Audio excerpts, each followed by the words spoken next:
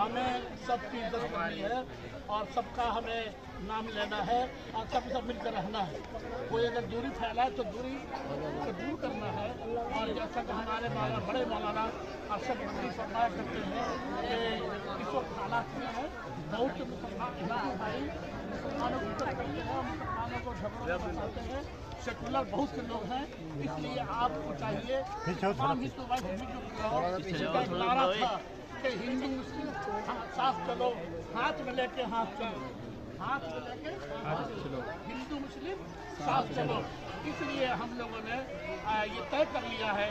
मैं जब भी कभी मुजफ्फरनगर शहर में जाता हूँ तो एक मुसलमान में एक हिंदू भाई होता है, तो छोटा सा मेरे पर स्कूटर है, मैं हिंदू भाई को अपने स्कूटर में बैठाने की कोशिश करता हूँ, क्योंकि बुलंदी है, उनके दिल में मोहब्बत पैदा होगी।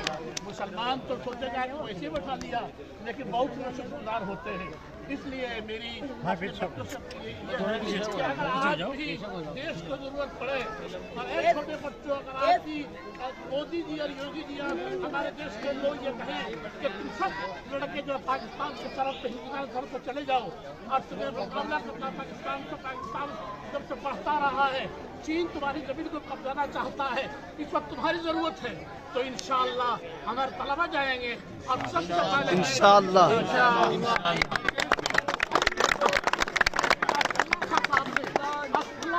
से कुर्बानी दी थी और जैसे भगत ने कुर्बानी दी थी और जैसे सरदार वल्लभ भाई पटेल क्या नाम था, उन्होंने कुर्बानी दी थी। ऐसे ही आप देना चाहते हैं? हम भी हर तरह की कुर्बानी देने के लिए देश के लिए और इसलिए तैयार है कि हमारे बड़े ने, हम अल्लाह के बाद सबसे बाद मोहम्मद सल्लल्लाहु अलैहि वसल्लम मानते हैं।